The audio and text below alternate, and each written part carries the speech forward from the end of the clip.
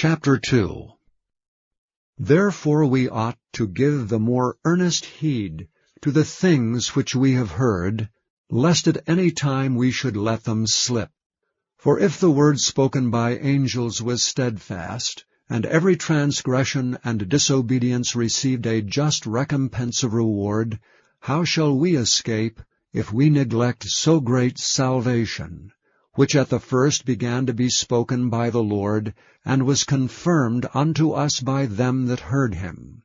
God also bearing them witness, both with signs and wonders, and with divers miracles, and gifts of the Holy Ghost, according to his own will. For unto the angels hath he not put in subjection the world to come, whereof we speak. But one in a certain place testified, saying, What is man, that thou art mindful of him? Or the Son of man, that thou visitest him? Thou madest him a little lower than the angels, thou crownedst him with glory and honor, and didst set him over the works of thy hands. Thou hast put all things in subjection under his feet. For in that he put all in subjection under him, he left nothing that is not put under him. But now we see not yet all things put under him.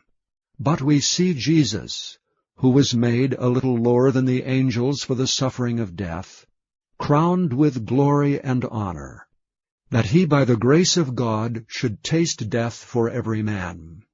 For it became him for whom are all things, and by whom are all things, in bringing many sons unto glory, to make the captain of their salvation perfect through sufferings.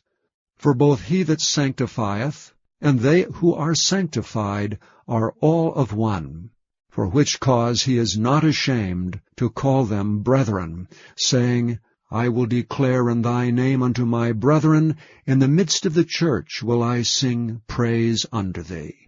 And again, I will put my trust in him, and again, behold, I and the children which God hath given me.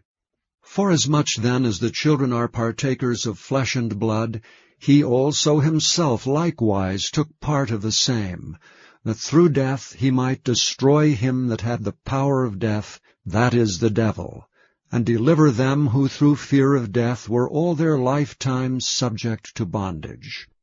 For verily he took not on him the nature of angels, but he took on him the seed of Abraham.